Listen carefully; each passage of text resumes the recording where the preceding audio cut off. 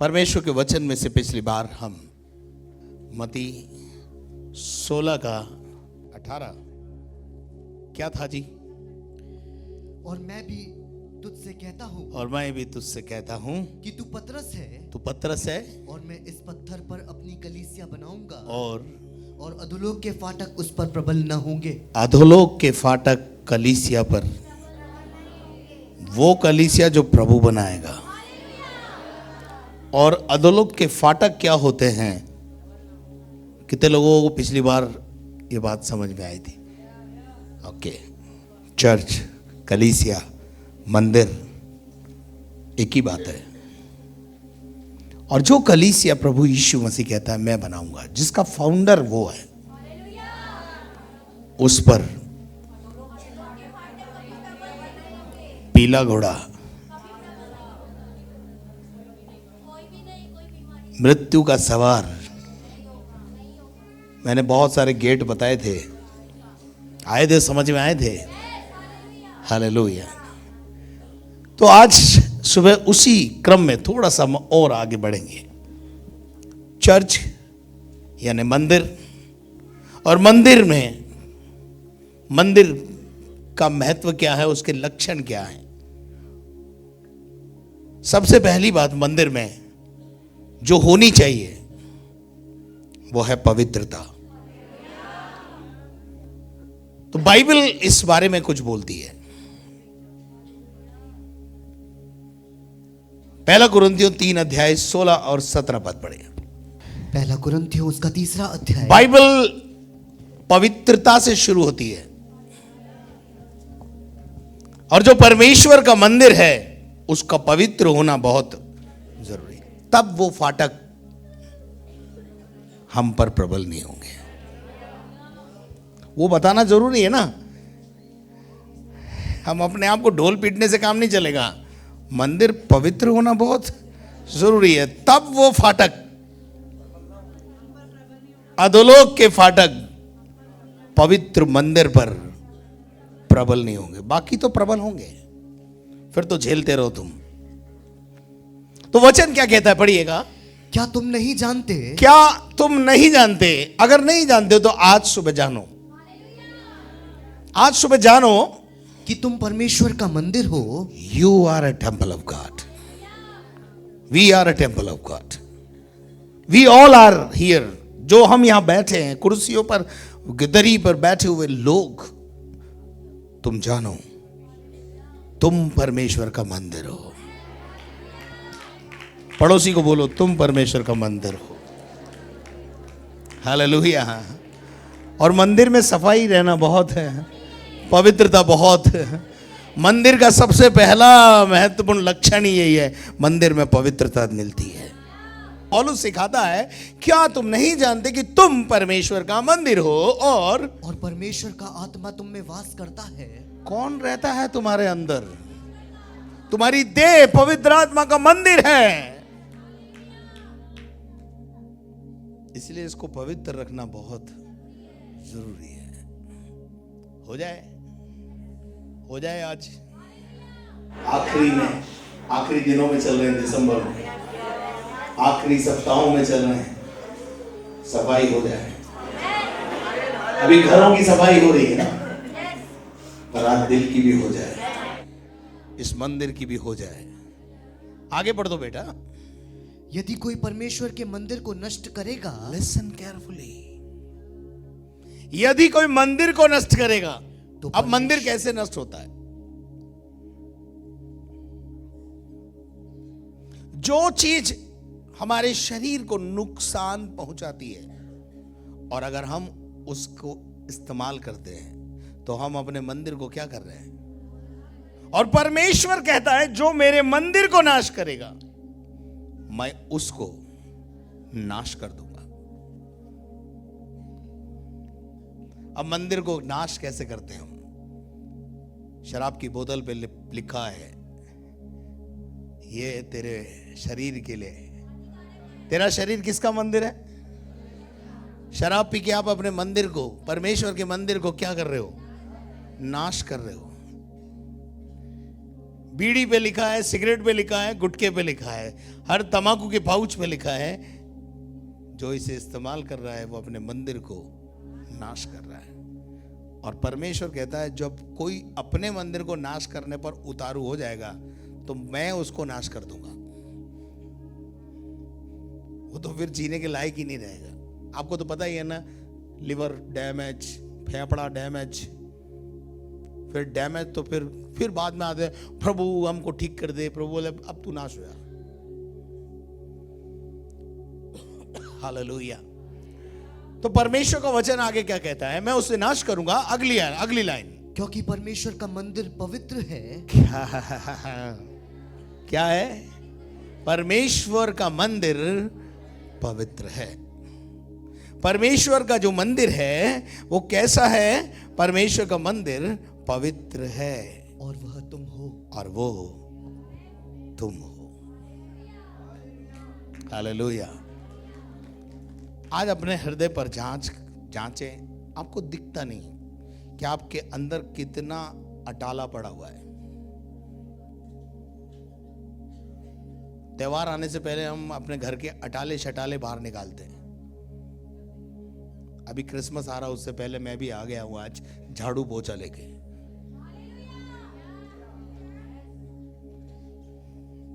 आज तो मैं पूरी सफाई करके ही भेजूंगा। मेरा ऐसा विश्वास है जाने से पहले आप साफ हो जाएंगे। मत्ती 5:48 में लिखा है, सिद्ध बनो क्योंकि तुम्हारा स्वर्गीय पिता भी सिद्ध है। पहले हम पवित्रता में आगे बढ़ेंगे, होलीनेस। उस होलीनेस के बाद परमेश्वर हमें परफेक्शन की ओर लेके जाएगा। तो ये जो पाठशाला है, ये जो भेड़शाला है या पाठशाला है, आत्मिक स्कूल है, जो भी आप समझो, ये पवित्रता के साथ शुरू होती है और सिद्धता की ओर ले जाती है। और याकूब की पत्री 3 अध्याय उसके 2 पद में लिखा हुआ है कि जो वचन में नहीं चूकता वही सिद्ध है। हम कई बार कई वचनों में चूक जाते हैं। हम समझते हैं ये वचन मेरे लिए नहीं है, ये तो वचन फलाने वाली डिनोमिनेशन के लिए है, ये उसके लिए है, ये उसके लिए है। नहीं। उत्पत्ति 1 अध्याय से प्रकाशित वाक्य 22 अध्याय की आखिरी आयत तक ये सब कुछ मेरे और आपके लिए है। इसे कभी पराया ना समझे। तो ये हमारे लिए है और वचन कहता है कि हम इस बात को समझें। Praise the Lord. मरकुस रचित सुसमाचार उसका 11वां अध्याय उसका 17 पद पढ़िए। मरकुस रचित सुसमाचार उसका 11वां अध्याय और 17वां वचन। और उपदेश करके उनसे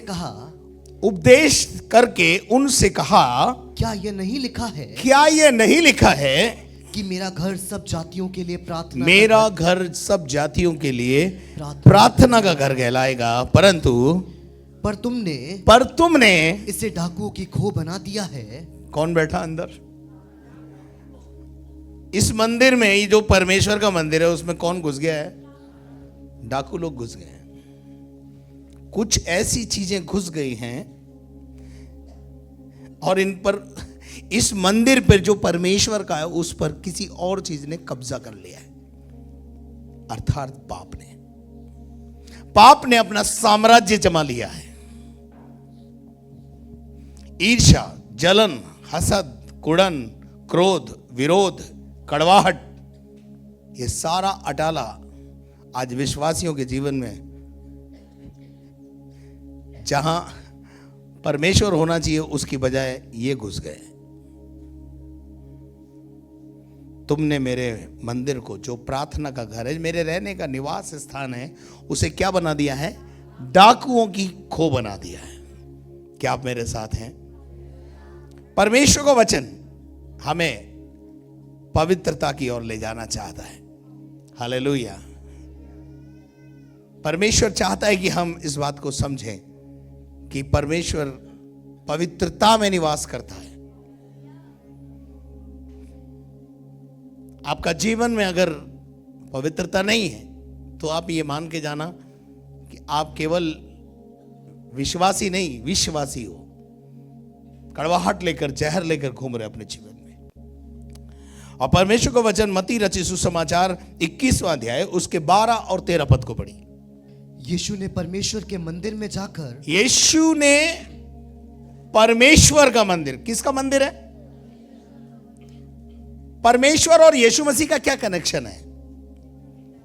पिता और पुत्र है। तो जो पिता का है वो पुत्र का भी है ना। पिता ने जो वाटिका लगाई उसको जब पुत्र देखता है तो उसको उसकी पिता की मेहनत याद आती है। Am I right? अरे मेरे बाप ने तो बहुत अच्छा बनाया था, इसको तुमने डाकुओं की खो बना दिया। ये तो मेरे बाप का मंदिर है, ये तो मेरे बाप का निवास स्थान है, ये तो मेरे बाप का बगीचा है, बहुत कुछ मेरे पिता ने इसमें बहुत कुछ अच्छा किया था। लेकिन आज इसके हालात को देखकर यीशु मसीह को बहुत दुख हुआ। मंदिर किसका? परमेश्वर का। पौलुस क्या कहता है? क्या तुम नहीं जानते कि तुम परमेश्वर का? लेकिन जब यीशु मसीह ने उस परमेश्वर के मंदिर को देखा तो मंदिर के हालात बिगड़े हुए थे। आज जब यीशु मसीह आपके जीवन में झांक कर देखता है तो वो रोता है, वो दुखी होता है। क्यों? जो घर प्रार्थना का घर था उसमें आज डाकू बैठे हुए हैं। तुमने मेरे बाप के घर को डाकुओं की खो बना दिया है। मैंने लिटरेचर सेंटर खोला। लिटरेचर सेंटर खोलने के पीछे मेरा उद्देश्य लोगों को आत्मिक सामान उपलब्ध कराना था, और आज भी है। जब से मैंने सेवकाई किया और लिटरेचर सेंटर खोला, मैं सोचता हूं लाखों बाइबल घर लोगों के घरों में पहुंच गई हूं। पवित्रता पहला स्थान है। चर्च का अंदर लक्षण यह होना चाहिए कि वो पवित्र दिखाई दे। मंदिर पवित्र दिखाई देना चाहिए। यीशु मसीह मंदिर में आया और पिता के मंदिर की हालात को देखकर उसे बहुत गुस्सा आया, और उसने लेन देन जो कर रहे थे उनको पकड़ा और उनको क्या कर दिया? निकाल दिया। परमेश्वर के वचन में एक बात लिखी है, परमेश्वर के प्रभु यीशु मसीह ने कहा, मुझे अपना खलियान साफ करना आता है। उसे अपना मंदिर साफ करना आता है, बस मंदिर में उसे आने की इजाजत दे दो। अंदर से जो कुंडी लगाई हुई है ना वो खोल दो। कड़वाहट, व्यभिचार, जितनी पाप अंदर पड़े हैं ना, सबको यीशु निकाल देगा बाहर। समझ में आया कि नहीं? आपके बस की बात थोड़ी है। आप जैसे हैं वैसे आए यीशु मसीह के पास। कई लोग क्या बोलते हैं मालूम है? मैं सारे पाप छोड़ दूं पहले फिर बपतिस्मा लूंगा। वो छोड़ते छोड़ते बूढ़ा हो जाता है और वो बिना बपतिस्मा लिए ही, उद्धार पाए बिना ही दुनिया से चला जाता है।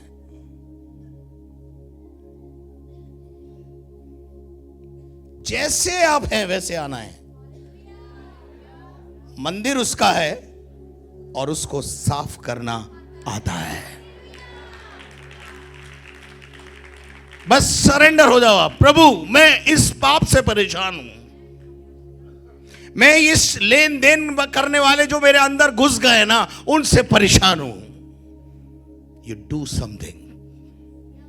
उसके पास एक घोड़ा है, उसके पास एक सोटा है, वचन नाम का एक सोटा है उसके पास। वो जब लेकर के मारना पीटना शुरू करता है, डाकुओं की बैंड बजा देता है, लेन देन करने वालों के पीड़े उलट देता है। बात लिखा हुआ है, और सर्राफों के पीड़े और कबूतर के बेचने वालों की चौकियां उलट थी। आज सुबह प्रभु इस भवन में यही करने जा रहा है। आज बहुत सी चौकियां उल्टेंगी, क्योंकि यह बात मुझे प्रभु से पहुंची है और मैं आपको पहुंचा रहा हूं। आज अपने यीशु मसीह अपने मंदिर की सफाई करने के लिए यहां पर आया हुआ है, और सैकड़ों मंदिर जो यहां सामने बैठे हैं, इनमें से हर एक की सफाई करके ही चैन लेगा वो। हालेलुया। प्रभु अपने खलियान को साफ करना जानता है। हालेलुया। और इसका 13 पद भी पढ़ दीजिए। और उनसे कहा, और उनसे कहा, लिखा है मेरा घर प्रार्थना का घर मेरा बाप का घर प्रार्थना का घर होगा, परंतु तुमने मेरे पिता के घर को डाकुओं की खो बना दिया है। आज आपके घर में आपका हृदय आप जांच के देखें कितने डाकू बैठे हैं। परमेश्वर का वचन कहता है तुमने यीशु कहता है मेरे पिता के घर को, आप पिता का मंदिर हैं। यीशु आपको जब देखता है इस हालत में तो उसे बड़ा दुख होता है, दर्द होता है, वो बहुत तकलीफ में जाता है, पेन में जाता है, उसे पीड़ा होती है अंदर से। उस मंदिर की सफाई के लिए उसने क्रूस से कलवरी पर अपना बलिदान दिया है। और फिर भी अगर मंदिर साफ ना रहे, फिर भी मेरा और आपका नजात ना हो, फिर भी हमारे घाव चंगे ना हो, तो कोड़े खाने का क्या फायदा हुआ उसके? क्या गिलाद देश में कोई बलसान की औषधि नहीं? अगर है तो मेरी प्रजा के घाव चंगे क्यों नहीं होते? आज बहुत सारे लोगों के घर, इस हृदय रूपी घर की बात कर रहा हूं, उसमें डाकू बैठा हुआ है, लुटेरे बैठे हुए हैं, अनेक प्रकार के पापों को स्थापित कर दिया है। अरे भैया वो कौन पढ़ेगा मत्ती 24:13 की, जो अंत तक धीरज धरेगा और पवित्र जीवन जिएगा वो ही स्वर्ग में जाएगा।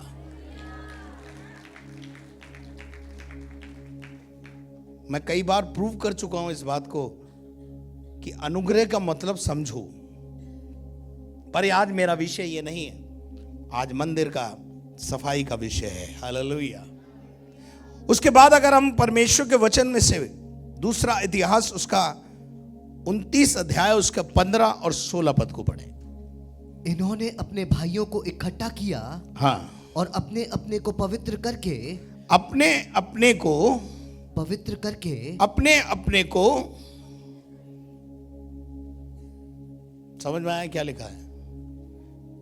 इन्होंने अपने भाइयों को इकट्ठा किया और अपने अपने को क्या किया? पवित्र करके राजा की उस आज्ञा के अनुसार जो उसने परमेश्वर यहोवा से वचन पाकर दी थी। परमेश्वर से पाई थी ये आज्ञा। हालेलुया। कौन है ये राजा? ये राजा है हिजकिय्याह, जिसने बड़े बड़े काम किए, इसने पूरे इजराइल को साफ किया है, पूरे इजराइल में से मूर्ति पूजा को दूर किया है, उस पीतल के सांप को तोड़ा है, विधियों का वो लेख जो हमारे नाम पे लिखा था उसको मिटा डाला है। लोग सांप की पूजा करते थे। कौन सा सांप? मूसा की सांप को। उसने उसको भी उतार कर बुकनी बनाकर फेंक दिया। ये वो हिजकिय्याह है। और इस हिजकिय्याह के विषय में परमेश्वर का वचन यहां कहता है कि उसके राजा की आज्ञा के अनुसार जो उसने यहोवा से वचन पाकर दी थी, यहोवा के भवन को, परमेश्वर यहोवा का भवन शुद्ध करने के लिए भीतर गए। कहां गया? वे अपने आप को पवित्र करके शुद्ध, मंदिर को शुद्ध करने गए। अगर मेरा मंदिर शुद्ध ना हो तो मैं आपका कैसे करूंगा? और ये मंदिर में गए और इन्होंने मंदिर को क्या किया? शुद्ध किया। आगे पढ़ो। तब याजक परमेश्वर यहोवा के भवन के भीतर, तब याजक परमेश्वर के भवन के भीतर भीतरी भाग को, आज आपके अंदर के हृदय को शुद्ध करने जा रहा है।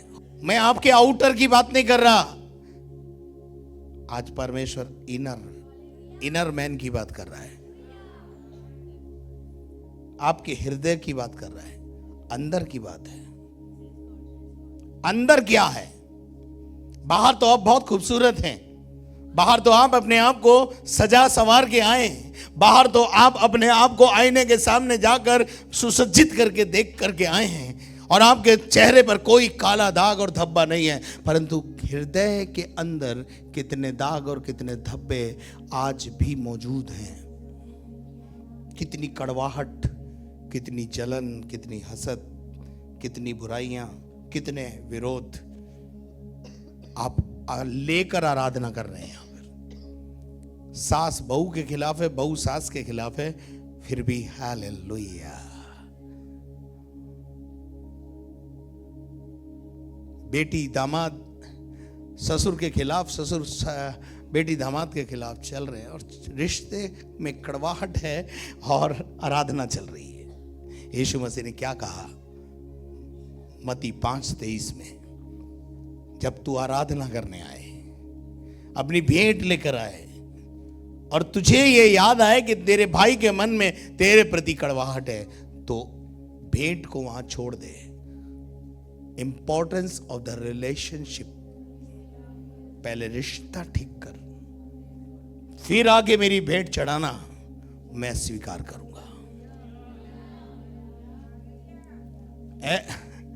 कैन और हाबिल दोनों भेंट लेकर आए, पर कैन की भेंट की और खुदा ने दृष्टि भी नहीं की। तो ऐसी आराधना करने से भी कोई लाभ नहीं होगा। अगर आप कड़वाहट रखकर यहां बैठते हैं, ईर्ष्या, जलन, हसद रखकर आप यहां आराधना कर रहे हैं, तो आपकी आराधना ऊपर नहीं जा रही है। कहां नहीं जा रही है? ऊपर नहीं जा रही, इसी छत से टकरा कर यहीं रहती है। आराधना वो होती है जो छत को वेद कर ऊपर चली जाती है, और जब आराधना ऊपर जाती है, उत्तर लेकर, आशीष लेकर नीचे आती है।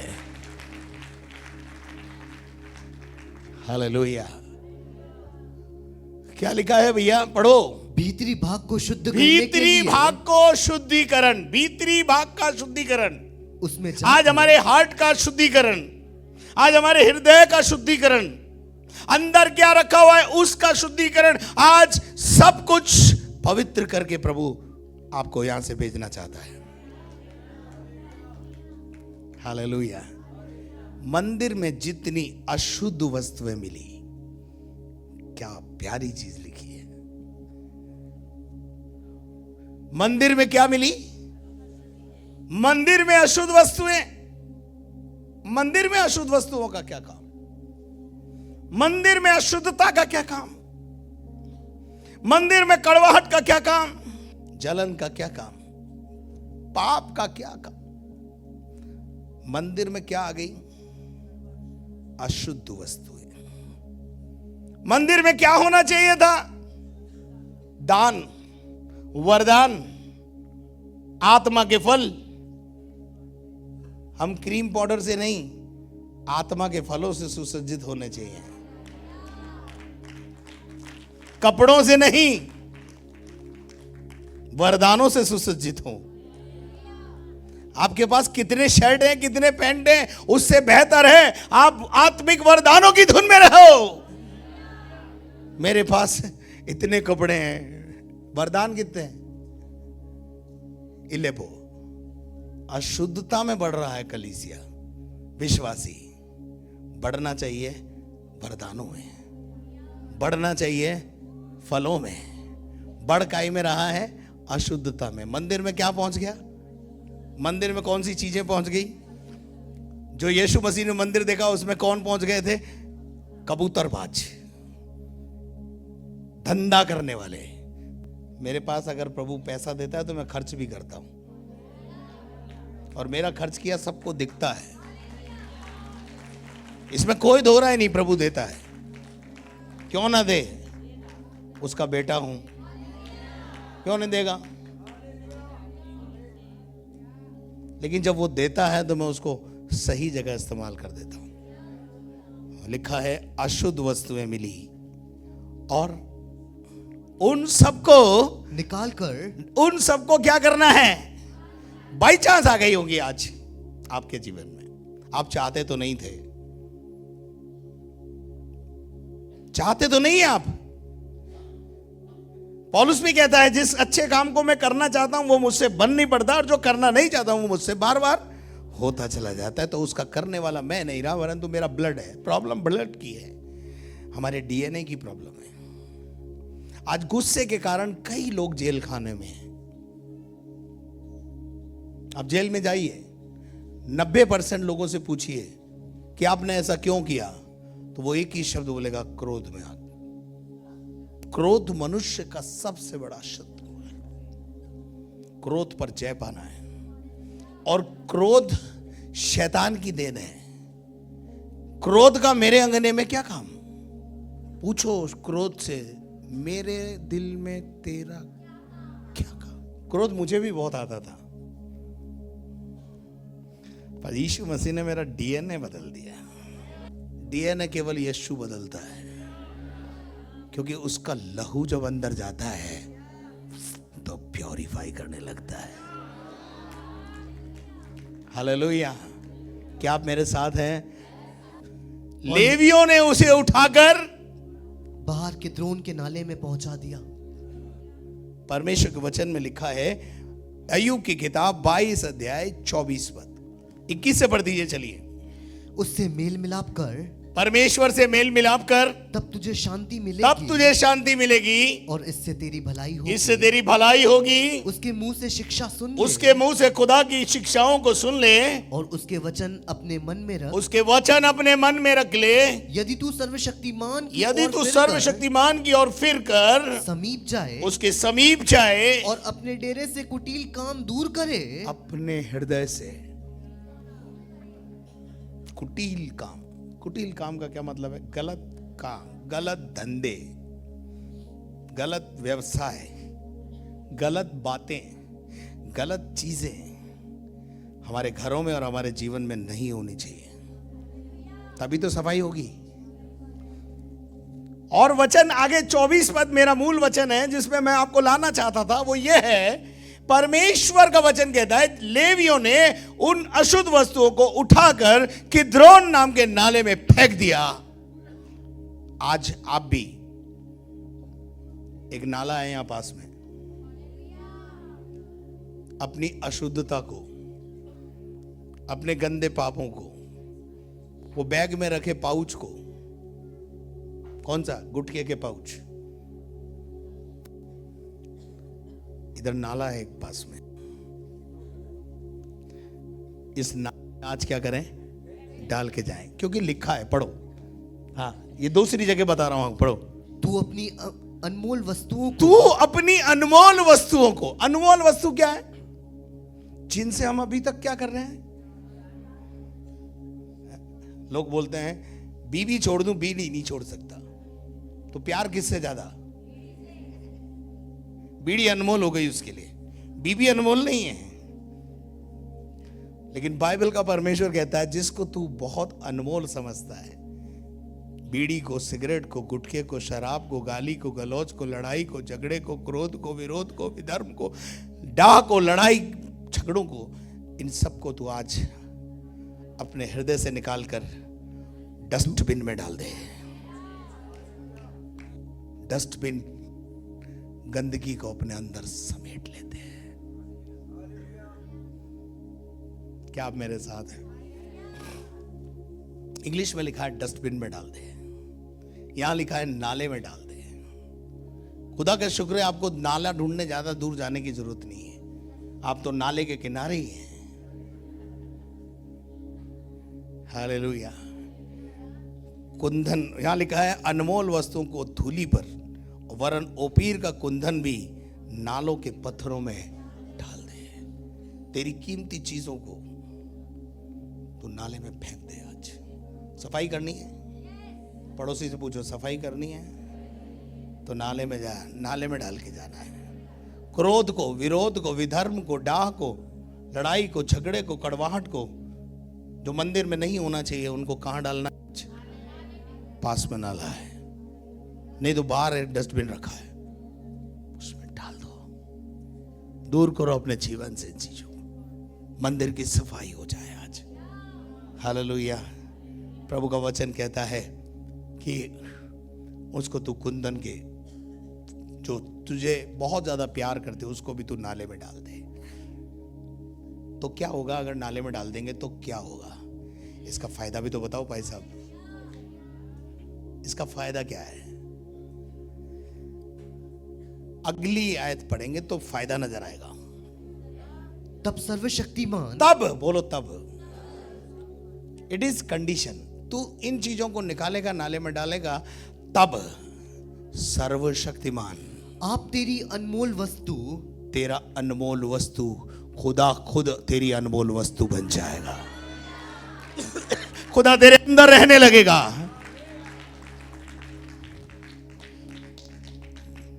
खुदा तेरे साथ रहने लगेगा। तब सर्वशक्तिमान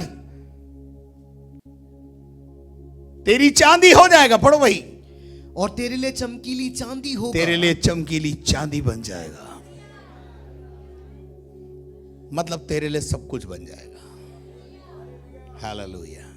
हम वापस आएंगे उस जगह पर, दूसरा इतिहास में 29 में। उन सबको निकालकर परमेश्वर यहोवा के भवन के आंगनों के लिए, हाँ। और लेवियों ने उन्हें उठाकर बाहर लेवियों ने उसे उठाकर क्या कर दिया? बाहर किद्रोन के नाले में पहुंचा दिया। किद्रोन के नाले में फेंक दिया। और पहले महीने के पहले दिन को उन्होंने पवित्र करने का काम आरंभ किया। पहले महीने के पहले दिन को उन्होंने पवित्र करने का काम आरंभ किया। 2024 में प्रवेश होने से पहले सफाई अभियान चालू हो जाए, और हम 2024 में जब प्रवेश करें तो किद्रोन का नाला हमारी गंदगियों से भरा हुआ मिले और हमारा मंदिर साफ मिले। क्या आप मेरे साथ हैं? क्यों ये गुनाह लिया हुआ जिंदगी 2024 में जाए? क्यों ये पाप भरी जिंदगी 2024 में जाए? 2023 का गुनाह, अब तक का गुनाह क्यों ना 2023 के साथ विदा कर दिया जाए। अब तो 2-3 ही संडे बचे हैं भाई मेरे को सफाई अभियान में, तो मैं अभी से लग गया हूं। हालेलुया। वचन कहता है, हालेलुया। आगे लिखा, उसी महीने के 8वें दिन को, और उसी महीने के 8वें दिन को हाँ। वे परमेश्वर यहोवा के ओसारे तक आ गए। आगे इस प्रकार उन्होंने परमेश्वर यहोवा के भवन को 8 दिन में पवित्र किया। कितने दिन में पवित्र किया? 8 दिन में। सफाई अभियान चल जाए, एक दूसरे को माफ कर दें, एक दूसरे के गले लग जाएं, एक दूसरे के प्रति कड़वाहट है उसको खत्म कर दें। पति पत्नी से और पत्नी पति से आज तक की गलतियों के लिए सॉरी बोल दे। पर पति तो मैं क्यों बोलूं, मैं क्यों बोलूं? पत्नी भी अपने पति को हृदय से माफ करे ताकि उसका उद्धार हो जाए। उसका उद्धार जब होगा जब आप माफ करोगे उसे, क्योंकि आपके पास पावर है। अगर आपने उसे माफ नहीं किया ना तो वो कैसे उद्धार पाएगा? नरक ही जाएगा बेचारा। बाइबल में लिखा है, जिसके तुम माफ करोगे उसके माफ कर दिए जाएंगे, और जिसके तुम रख छोड़ोगे, कितनी बड़ी ताकत है आपके पास, कितना बड़ा अधिकार है आपके पास। क्या आप मेरे साथ हैं? आपको मेरी बात समझ में आ रही है? मंदिर में से अशुद्ध वस्तुएं निकलवाई गई, और ये वही राजा है जिसने जब मौत का फरमान इसके पास आया तो इसने खुदा से एक ही बात कही, मेरे कामों को याद कर। कौन से काम थे ये? मंदिर साफ, वो मूसा का सांप, पीतल का सांप, और वो लाटें, और वो शेरा की पूरी मूर्तियां जो जिसे अहाब ने ठहरा दी थी, डिमोलिश कर दी। इतने अच्छे काम करे कोई और खुदा उसकी ना सुने, ऐसा हो नहीं सकता। उसने भीत की तरफ मुंह करके कहा, खुदा मेरा कोई काम तुझे पसंद आया हो तो इसके बदले में मुझे ये दे दे कि मैं जीना चाहता हूं। खुदा ने क्या कहा? यशायाह से बोला, जा उसको बोल तेरी प्रार्थना सुन ली गई, तेरी उम्र के 15 वर्ष बढ़ा दिए गए। आमीन, हालेलुया। आज सुबह प्रभु अपना मंदिर साफ करना चाहता है, और आप उसका मंदिर हैं, आप उसका मंदिर हैं। क्या आप मेरे साथ हैं? मैं इसी बात की पुष्टि एक और जगह से आपसे करना चाहता हूं। नेहमिया की किताब 13वां अध्याय निकालें। नेहमिया की किताब 13वां अध्याय। 13वें अध्याय में जब हम जाते हैं, लेकिन अगर हम पहले अध्याय में जाएंगे तो वहां पर नेहमिया से मैं कुछ कहानी को समझाने की कोशिश करता हूं जिससे आपको समझ में आ जाए, जो नए लोग हैं उनके लिए। नेहमिया राजा के भवन में, राजभवन में पानी पिलाने का काम करता है कहां का? यरूशलेम का। यहां पर बंदी बनाकर इसे ले आए हैं और ये वहां राजा के घर में काम कर रहा है, राजभवन में। एक दिन कुछ रिश्तेदार नेहमिया से मिलने पहुंचे और नेहमिया ने पूछा, और सब ठीक ठाक है? कैसा है? यरूशलेम का क्या हाल है? मेरे शहर का क्या हाल है? और जैसे ही उन्होंने उस शहर के बारे में बताना शुरू किया कि हमारे शहर के अंदर शहरपनाह टूटी पड़ी है, फाटक चले पड़े हैं, मंदिर भी अस्त व्यस्त अवस्था में पड़ा है, यह सुनकर नेहमिया उदास हो गया। ये सुनकर उसके जीवन में एक उदासी आ गई, तरस आया, प्यार आया अपने शहर के प्रति। आज हमारे शहर के प्रति कितना प्यार है हमारे को? हम कितना प्यार करते हैं अपने शहर को? वो रोने लगा, वो उदास हो गया। उतने में राजा आ गया और राजा ने पूछा, तेरी उदासी का कारण क्या है? राजा ने जब उससे पूछा तो राजा को उसने बताया कि मैं उदास क्यों ना हूं, जबकि मेरे पिता का घर उजाड़ पड़ा है, यरूशलेम का मंदिर उजाड़ पड़ा है, उसके फाटक जले पड़े हैं और शहरपनाह टूटी पड़ी है और शत्रु उसमें घुसकर उजाड़ कर रहे, उजाड़ पड़ा है।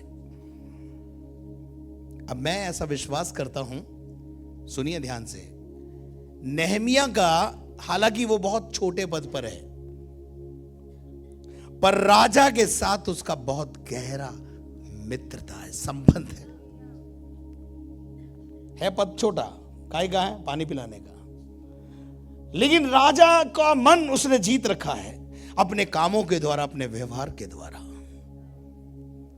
क्या आपको मेरी बात समझ में आ रही? तो राजा किसकी परवाह करता है यार? राजा किसी की परवाह नहीं करता। लेकिन नेहमिया से पूछा, तेरे चेहरे पर उदासी मुझे अच्छी नहीं लगती, तू बता क्या हो गया? और उसने जब ये बताया तो नेहमिया से उसने पूछा, तू क्या चाहता है? वाह, हाय हाय, आज राजा पूछ रहा है तू क्या चाहता है। आज प्रभु पूछ रहा है आपसे, तू क्या चाहती है कि मैं तेरे लिए करूं? राजा ने उससे पूछा, तू क्या चाहता है? उसने कहा, मैं छुट्टी चाहता हूं। क्या करेगा छुट्टी कर? मैं यरूशलेम जाऊंगा, मेरे पिता के मंदिर को संवारूंगा, जो मंदिर टूटा फूटा अवस्था में पड़ा है मैं सुधारना चाहता हूं। वचन में लिखा है, राजा का मन परमेश्वर ने बदल दिया। उससे कहा, अच्छा तू इस प्रोजेक्ट पे जाना चाहता है, ठीक है, राजघराने से जितनी सामग्री चाहिए, जितना सामान चाहिए, जितने लोग चाहिए, घोड़े चाहिए, गधे चाहिए, खाने पीने का सामान चाहिए, सब कुछ लेकर राजघराने से, समझ रहे हो बात? विदेशी आदमी का मन बदल देता है प्रभु। विदेशी राजा है ये।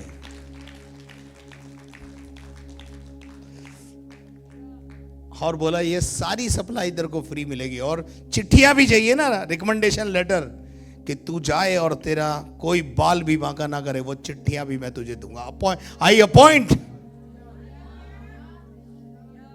और वो अपॉइंटमेंट लेटर, वो रिकमेंडेशन लेटर लेकर के वो निकल पड़ा और मंदिर को, यरूशलेम को सुधारने गया। इतना आसान तो नहीं था, मैं बहुत संक्षिप्त में बता रहा हूं। जब वो बनाने लगा, लोग खड़े हो गए, वकील कर लिया, वकीलों को पैसा दे रहे हैं, काम को रोकने का प्रयास कर रहे हैं, विरोध में खड़े हो गए हैं। कोई जो है, कौन वहां लिखा हुआ है कि उस शहर के रईसों ने उस काम में अपना हाथ नहीं बटाया, अपना पैसा नहीं लगाया, नहीं दिया, और डिस्करेजमेंट भी किया। क्या कहा? जो दीवारें तुम बना रहे हो, गीदड़ चढ़ेगा तो भी गिर जाएगी। डिस्करेजमेंट। आपकी सेवकाई के दौरान आपका सबसे बड़ा शत्रु है शैतान।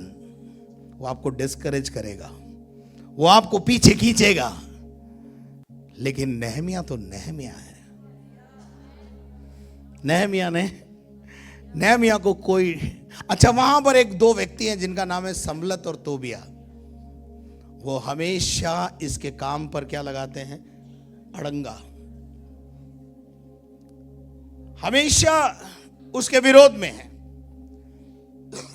लेकिन नेहमिया ने सम्बलत और तोबिया को अड़ने नहीं दिया। ऐसा लिखा है, उनकी परवाह नहीं की और रात और दिन काम किया। कितने दिन?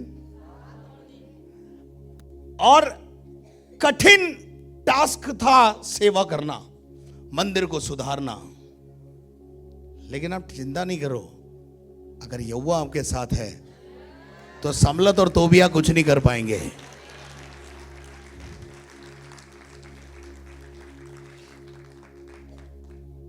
कुछ नहीं कर पाएंगे। मैं आ रहा हूं, आगे आ रहा हूं, मैं आप पे आ रहा हूं। और उसने रात को भी काम किया और दिन को भी काम किया और अपनी टीम को एनकरेज किया और करता रहा। और इतना विरोध था, मैं आपको क्या बताऊं कि एक हाथ में फावड़ा तगारी लेकर के और दूसरे हाथ में तलवार लेकर के काम करना पड़ा। लेकिन उसने उस काम को यहोवा की सहायता से, जो हजारों दिन का काम था, 52 दिन में पूरा करके निकल लिया।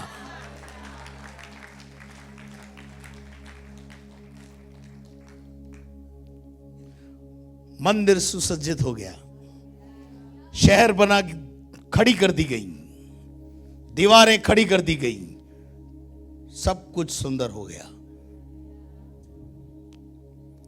लेकिन एक बात, अब पढ़ेंगे नेहमिया का 13वां अध्याय। नेहमिया के 13वें अध्याय में जब हम जाते हैं, उससे पहले 12वां अध्याय जब हम पढ़ते हैं, वो क्या कर गया? जरा 44 पद से पढ़ते हैं, 12 का 44। पहले 12 का 44 पढ़े। उसी दिन खजानों के उठाई हुई भेंटों की पहली उपज के और दशमांश की कोठरियों के अधिकारी ठहराए गए। मंदिर में कोठरियां बनाई गई, मंदिर में कोठरियां बनाई गई। उन कोठरियों को बनाकर उन कोठरियों में क्या रखा गया? खजाने, उठाई हुई भेंट, पहली उपज, दशवांश। ये सिखाया था नेहमिया ने। इन 52 दिनों में उसने लोगों को ये सिखाया क्या क्या लाना है। उसी दिन खजानों को, उठाई हुई भेंट, पहली उपज की भेंट, पहली तनख्वाह। कई लोग पहली तनख्वाह का दशवांश देते हैं। कहां लिखा है दशवांश देना है? आपने गलती करी है तो सुधार लो। पहली तनख्वाह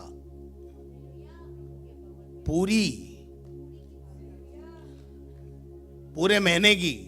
कभी कभी क्या होता है, 29 तारीख को ज्वाइन करते, 2 दिन का तनख्वाह लाके डाल देते हैं। खुदा को उल्लू मत बनाओ।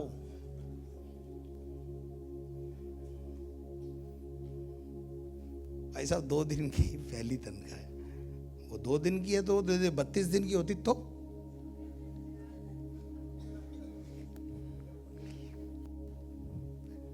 पहली उपज के 10 और दशवांश की कोठरियां।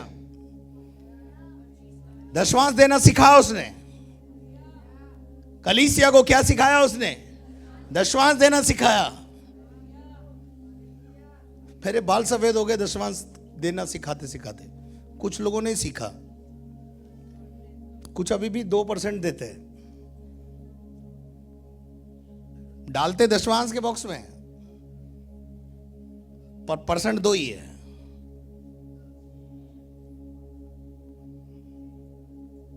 सुनो अभी ठहरो, अभी चलते पड़ा के लिखा है, कोठरियों के अधिकारी ठहराए और उनके नगर, और कि उनमें नगर के खेतों के अनुसार, नगर के अलग अलग सिटी के कोठरियां हैं। राजस्थान के 50 जिलों से यहां पर आएगा और यहां से वापस जाएगा। मेरे को क्या करना है? रख करके वचन है भाई, वचन। मैं वचन प्रचार कर रहा हूं। लिखा है नगर नगर के खेतों के अनुसार उस वस्तुओं को क्या करें, जमा करें, और जो व्यवस्था के अनुसार, जो व्यवस्था के अनुसार याजकों मूसा के द्वारा ठहराई हुई व्यवस्था के अनुसार याजकों और लेवियों के भाग में की थी, काई में जाएगी वो, लेवियों और याजकों की आवश्यकता को पूरा करेगी वो। सुनना ध्यान से आगे। क्योंकि यहूदी उपस्थित याजकों और लेवियों के कारण आनंदित थे। किसके कारण? आप आनंदित हैं अपने याजक के कारण, लेवी के कारण, आराधना दल के कारण आनंदित हैं। वहां लिखा है नेहमिया के जमाने में वे सब क्या थे? एक्साइटेड थे। हाँ बिल्कुल हम देंगे, हम करेंगे। हालेलुया। जब मैं राजस्थान की बात करता हूं तो लोग बोलते हैं तू जाने, तेरा काम जाने, मानेगा ही, दर्शन तारो है। हालेलुया। लिखा है याजकों के कारण वो क्या थे? आनंदित थे। पास्टर के कारण लोगों को क्या होना है? एक अच्छा अगवा अगर आपको मिला है, उसके कारण आपको आनंदित होना है और परम पिता परमेश्वर को धन्यवाद देना है पास्टर के लिए कि प्रभु पास्टर को लंबी जिंदगी दे, पास्टर को निरोगी काया दे। पास्टर के लिए प्रार्थना करो 5 मिनट रोज, पास्टर के परिवार के लिए प्रार्थना करो, उनके बच्चों के लिए प्रार्थना करो, ताकि वो आनंद से प्रभु के काम को कर सके।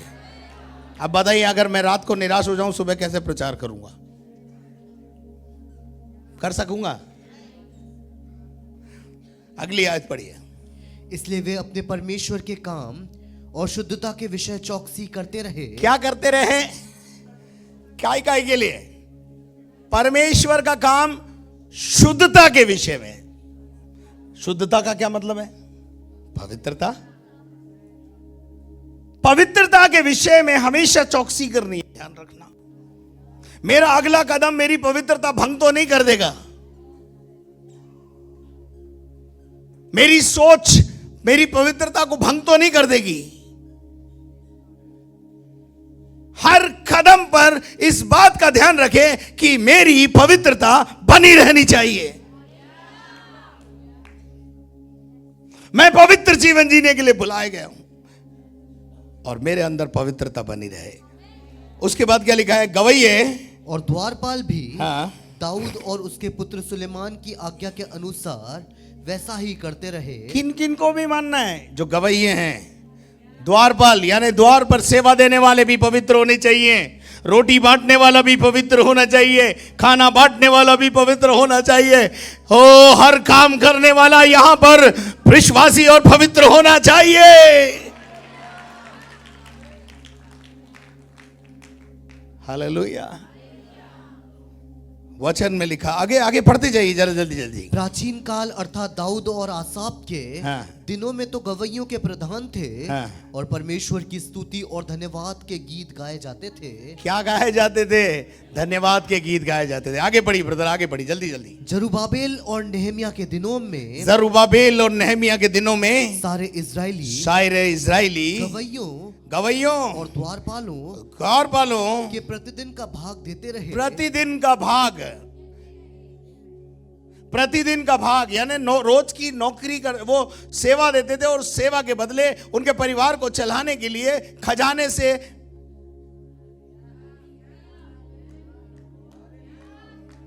एक सिस्टम बनाया नेहमिया ने। एक बास्केट रखी उसने, पहले इस बास्केट में लाओ और उसके बाद जैसा वचन में लिखा हुआ है प्रेरितों के काम में, सब लोग अपना धन बेच बेच करके प्रेरितों के चरणों में लाके रखते थे और जैसी जिसको आवश्यकता होती थी उनको दे दिया जाता था। यहाँ लिखा है इजरायली गवैयों के द्वारपाल का प्रतिदिन का भाग उन्हें देते रहे और वे लेवियों के अंश पवित्र करके देते थे। आगे और लेवी हारून की संतान के अंश पवित्र करके देते थे। और लेवियों को ठहरा दिया कि वो क्या करें, सब कुछ सेटल कर दिया। और उसके बाद क्या हुआ? उसी दिन मूसा की पुस्तक लोगों को पढ़कर सुनाई गई और उसमें यह लिखा हुआ मिला कि कोई अमोनी और मोआबी परमेश्वर की सभा में कभी भी न आने पाए। क्या क्या पवित्रता को ध्यान में रखते हुए कुछ इंस्ट्रक्शन भी दिए उसने। कौन नहीं आना चाहिए? मोआबी और अमोनी व्यक्ति भवन में नहीं आना चाहिए। समलत और तोबिया भवन में नहीं आने चाहिए। समझ में आए नहीं? कुछ ऐसे लोग हैं जिनके लिए उसने इंस्ट्रक्शन दिया और इंस्ट्रक्शन देकर वो चला गया, सब कुछ व्यवस्थित करके वो चला गया। आगे बढ़ो। क्योंकि उन्होंने अनजल लेकर इस्राएलियों से भेंट नहीं की, वरन बिलाम को उन्हें श्राप देने के लिए दक्षिणा देकर बुलवाया था। आगे। तो भी हमारे परमेश्वर ने उस श्राप को आशीष में बदल हमारा दिया। परमेश्वर श्राप को भी आशीष में बदल देता है। आगे बढ़ो। यह व्यवस्था सुनकर उन्होंने इस्राएल में से मिली जुली भीड़ को अलग कर दिया। मिली जुली भीड़ को क्या कर दिया? प्योरीफाई करना है। इसका अर्थ क्या है? प्योरीफाई किया, शुद्धता का ध्यान रखते हुए। उन लोगों को जो अशुद्धता में जीवन जी रहे थे उनको बोला भाई आप इधर नहीं आना, आप उधर ही जाओ। फिर क्या होगा? इससे पहले एलियाशीब याजक जो हमारे परमेश्वर के भवन की कोठरियों का अधिकारी और तोबिया का संबंधी था। अब यहां पर एक व्यक्ति का कैरेक्टर है, एक चरित्र है जिसके बारे में आपको बताना और समझना और जरूरी है। क्या नाम है? एलियाशीब। एलियाशीब जो है वो याजक है, याजक के पद पर ठहरा दिया गया है। अब अगर याजक ही बिगड़ जाए, याजक का घराना ही बिगड़ जाए तो यहोवा क्या करे? फिर वचन में लिखा है हमारे परमेश्वर के भवन की कोठरियों का अधिकारी और तोबिया का संबंधी था। किसका संबंधी था? समलत और तोबिया इसके रिश्तेदार हैं, लेकिन ये याजक है और इसको याजक ठहरा कर नेहमिया वहां से चला गया। जैसे ही नेहमिया वहां से गया, कहां गया? वापस अपनी नौकरी करने चला गया बेचारा। अपना काम किया और नौकरी करने चला गया। सुव्यवस्थित कर दिया, सब कुछ बना दिया, कोठरियां बना दी, कोठरियों के अंदर दशमांश, भेंटें, पहली उपज, ये वो सब कुछ व्यवस्थित करके और वो चला गया। इंस्ट्रक्शन देके गया कि कोई गलत काम नहीं होना चाहिए और कोई गंदी चीज अंदर नहीं आनी चाहिए। वो कहकर चला गया। और जाने के बाद फिर क्या हुआ? उसने तोबिया के लिए एक बड़ी कोठरी तैयार की थी जिसमें पहले अन्न बलि का सामान और लोबान और पात्र और अनाज, नए दाखमधु और टटके तेल का दशमांश, जिन्हें लेवियों और गवैयों और द्वारपालों को देने की आज्ञा दी थी, रखी हुई थी। बस क्या रखा हुआ था उन कोठरियों में? क्या रखा हुआ था? अब उस चीज को मैं आपके साथ एक एक चीज करके बताऊंगा आपको। यहां लिखा हुआ है अन्न बलि का सामान, लोबान और पात्र और अनाज और नए दाखमधु और टटके तेल का दशमांश, जिन्हें लेवियों और गवैयों और द्वारपालों के को देने की आज्ञा दी गई थी, उन कोठरियों में वो याजकों के को उठाई हुई भेंट को रखने के लिए तय कर दिया था। आपके जीवन में जब यीशु आया तो ये सब चीजों से यीशु ने आपको भर दिया। ये सब चीजें आपके जीवन में स्थापित कर दी। क्या क्या? अन्न बलि और अन्य बलियां, अन्य बलिदान, बलिदान के लिए तैयार हो गए आप। नंबर 2 दाखमधु, अनाज, दाखमधु, टटके तेल का दशमांश स्थापित किया। आपके जीवन में आपको दशमांश देना सिखाया। समझ में आया? क्या सिखाया? क्या स्थापित किया आपके मंदिर में? ये सारी चीजें आपके मंदिर में जो आपको सुसज्जित करती हैं, जो आपको आध्यात्मिक जीवन में आगे बढ़ाती है, ये सब कुछ नेहमिया ने वहां पर स्थापित कर दिया। लेकिन जब वो चला गया,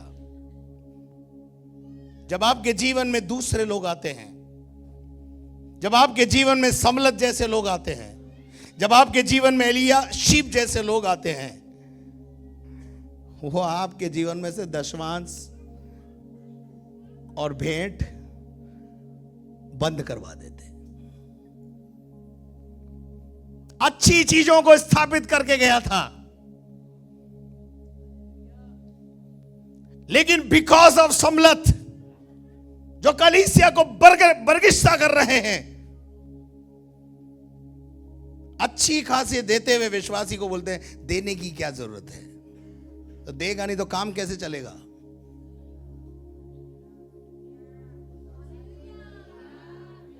और पता है वो आपको क्या कर रहे हैं, श्रापित कर रहे हैं, श्रापित कर रहे हैं। वो आपके घर में श्राप ला रहे हैं, क्योंकि देने से श्राप टूटता है। उन्होंने क्या किया, समलत आ गया ना। समलत जब आपके जीवन में आएगा, समलत का मतलब है विरोधी। और लाया कौन, उसका याजक, वहां का याजक, क्योंकि समलत कौन है, रिश्तेदार है। नेहमिया के जाने के बाद यह सब कुछ जो स्थापित किया गया था, समलत आया और समलत ने एक गलत काम किया, और वो गलत काम किया। अगली लाइन पढ़िए। परंतु मैं इस समय यरूशलेम में नहीं था। Who was not there?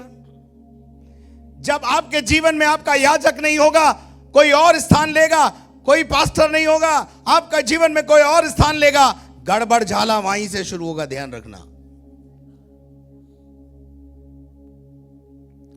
Nehemiah was a man of God, but he was not there. वो वहां पे नहीं था, इसलिए मौका किसको मिला, समलत को। इसलिए मौका किसको मिला, एलियाशीब को। और एलियाशीब ने समलत को प्रमोट किया। बहुत सारे लोग हैं आज गलत चीजों को प्रमोट करते हैं, कलीसिया में भी। देने वाला देता है, उसको भी बोलते हैं मत दो। क्यों भाई, आपका नेहमिया मर गया क्या? खुदा ने जब आपको एक याजक दिया है, उसमें अपना विश्वास जता के रखो।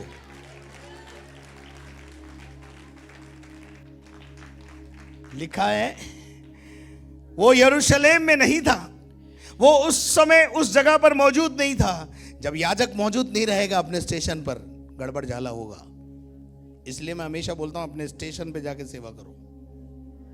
यहीं से करूंगा, ये गड़बड़ है, इसको बंद करो। वहां जाके रहकर लोगों के साथ एक संपर्क और संबंध बनाओ। लोग तुम्हारे पास आना चालू होंगे। लोग ढूंढते हैं तुम्हें, किसके पास जाएं। हालेलुया। लिखा है उसके बाद क्या हुआ, क्योंकि बेबीलोन के राजा अर्थशस्त्र के 32वें वर्ष में मैं राजा के पास चला गया। मैं वो राजा के पास वापस चला गया। आगे, फिर कुछ दिनों के बाद राजा से छुट्टी मांगी। फिर राजा से छुट्टी मांग कर वापस आया, और मैं यरूशलेम को आया। जब वो वापस आया तो क्या पाया, तब मैंने जान लिया, तब उसने जान लिया कि एलियाशीब ने तोबिया के लिए परमेश्वर के भवन के आंगन मंदिर के द्वार खोल दिए। आज बहुत सारे विश्वासी यहाँ बैठे हुए हैं जिन्होंने अपने जीवन को बर्बाद करने के लिए अपने जीवन को शैतान के हवाले कर दिया है, और मन अपने हृदय के अंदर तोबिया जैसे लोगों को बैठा लिया है। और वो तोबिया आपके जीवन से क्या निकालना मालूम है, दशवांश क्यों देता है रे, चल बाहर निकाल इसको, टक बाहर। बेटे काय को देता, टक बाहर। जो कुछ मंदिर में प्रभु ने रखा था उसको हटाकर ईर्ष्या, जलन, हसद, कुड़न, शैतान की तमाम एलिमेंट्स वापस आपके अंदर स्थापित कर देता है। समझ में आया कुछ? जब समलत के लिए द्वार खुलेगा, जब तोबिया के लिए द्वार खुलेगा, जब विरोधी के लिए द्वार खुलेगा, तो विरोधी आपके अंदर से दान, वरदान, आत्मा के फल, आज्ञाकारिता, ये सब अंदर से निकालकर आपका जीवन अनाज्ञाकारिता से, विरोध से, द्वेष से, क्लेश से, इन चीजों को आपके जीवन में स्थापित कर देगा, क्योंकि उसका नाम तोबिया है। लेकिन आज खुदा का शुक्र है, नेहमिया आ गया है।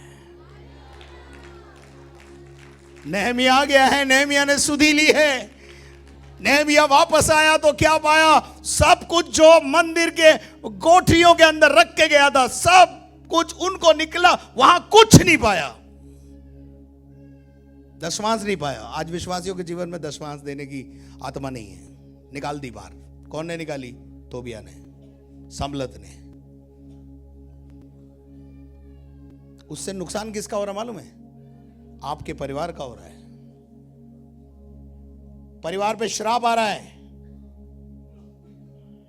मेरा नहीं हो रहा है, आपके परिवार बर्बाद हो रहे हैं। क्या आप मेरे साथ हैं? और मैं नहीं चाहता कि कोई बर्बाद हो। अब नेहमिया आ गया है। आज नेहमिया आ गया है। आज याजक आ गया है। आज याजकों का याजक प्रभु यीशु मसीह महायाजक आ गया है। और वो आज सुबह इस मंदिर में सफाई का अभियान चालू करेगा। हालेलुया। मंदिर की सफाई करेगा। आगे क्या लिखा हुआ है जरा पढ़िए। फिर मुझे मालूम हुआ कि लेवियों का भाग उन्हें नहीं दिया गया। क्या लेवियों को क्या दिया जाता था? दशमांश में से तनख्वाह दी जाती थी। दशमांश नहीं आ रहा है तो तनख्वाह कहां से मिलेगी? लेकिन आप लाते रहेंगे, हम देते रहेंगे।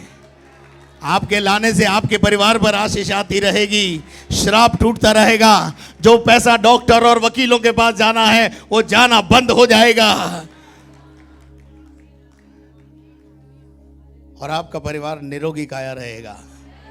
आज जो कुछ सम्बलत तोबिया ने आपके अंदर बैठाया है, कड़वाहट, ना देने वाली बात, अनाज्ञाकारिता, जो कुछ, उसको पार करें और मंदिर की सफाई करें।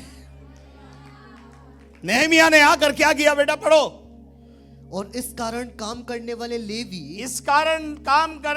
लेवी और गवैये अपने अपने खेतों पर बेचारे काम करने चले गए। 1 महीने देखा, 2 महीने देखा, 3 महीने देखा। अरे भैया हमारा परिवार कैसे चलेगा? जाओ भैया अपना काम करो। सब लोग अपना अपना काम करने चले गए। यहाँ पर आया तो कोई लेवी है, ना कोई याजक है, ना कोई गाने बजाने वाला, ना कोई आराधना करने वाला। सब कुछ ठप पड़ा हुआ है। और फिर क्या हुआ? तब मैंने हाकिमों को डांट कर कहा। क्या करा? नेहमिया ने आकर एलियाशीब को डांटा, तुमने सम्बलत को एंट्री क्यों दी? आप खुद इनवाइट करते हो उनको, सम्बलत को। आ जाओ जी सम्बलत साहब, बताओ दशमांश देना चाहिए नहीं देना चाहिए? टटका तेल देना चाहिए नहीं देना चाहिए? पहली उपज दूं कि नहीं दूं? क्या जरूरत है? मद्रास भेज दे।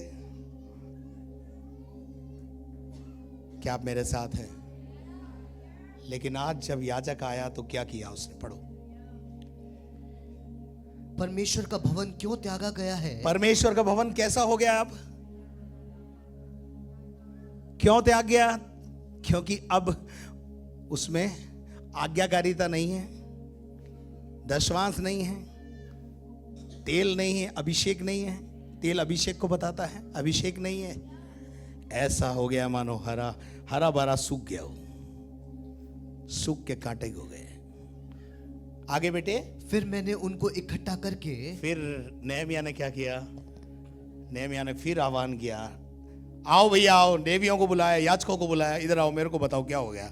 फिर क्या हुआ?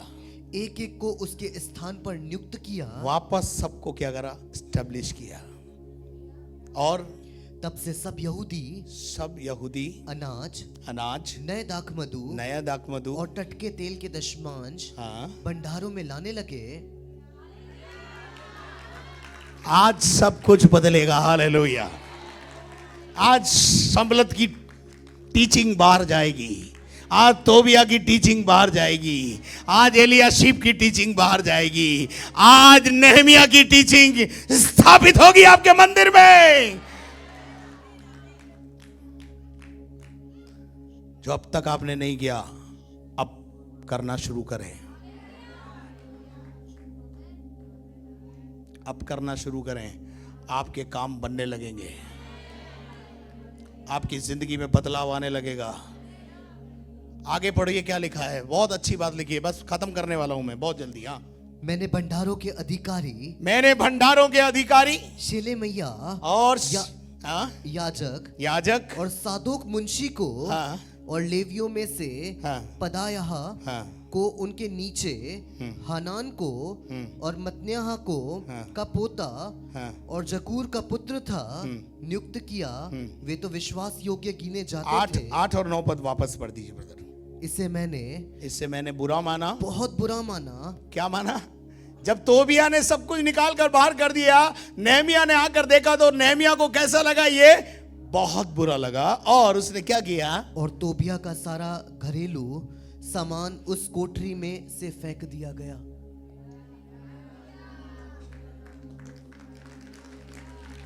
तोबिया का सारा सामान, अटाला, ईर्षा, जलन, हसद, उड़न, अनाज्ञाकारिता, जो कुछ तोबिया ने और सम्मलत ने आपके जीवन में स्थापित किया है, नेहमिया आज आया है, परमेश्वर आज आया है, यीशु मसीह आज आया है और इन सब को उठाकर वो क्या कर रहा है? नाले में फेंक रहा है।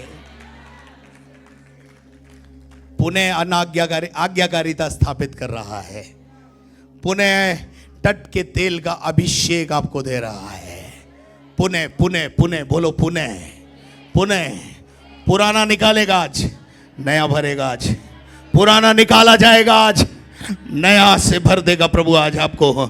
आज आपका मंदिर साफ होगा। हालेलुया। आज आपके मंदिर में फिर से आप आज्ञाकारिता का निर्णय लेकर बाहर जाने पाए। पुराना बाहर जाए, नया जीवन स्थापित होने पाए। आज सब कुछ बदल जाए, सब कुछ बदल जाए। Hallelujah, hallelujah. बाइबल बोलती है जब नेहमिया ने सिखाया तो सब लोग आगे 9वीं आयत भी पढ़ दीजिए इसकी। कोठरी में से बाहर फेंक दिया, तब मेरी आज्ञा से वे कोठरियां शुद्ध की गई, शुद्ध पवित्र की गई। आज एक एक कोठरी, आज एक एक कोठरी, आपके हृदय के एक एक भाग। हृदय में 4 कोठरियां बताते ना ऐसा साइंस में, उन चारों कोठरियों की सफाई हो जाए। जहां अनाज्ञाकारिता स्थापित कर दी है तोबिया ने और सम्मलत ने, वहां आज्ञाकारिता स्थापित हो जाए। वहां दशवांश देने की आत्मा आ जाए, वहां तट का तेल आ जाए, वहां अभिषेक आ जाए। और जब आप अभिषेक को लेके घूमोगे ना, तो जिस पर हाथ रखोगे बंधन टूट जाएगा। अभिषेक में वो ताकत है, उस तेल में वो सामर्थ है। काश आज मेरी जितनी कोठरियां हैं, जितने मंदिर हैं, मोबाइल मंदिर हैं, चलते फिरते मंदिर हैं, हृदय की सफाई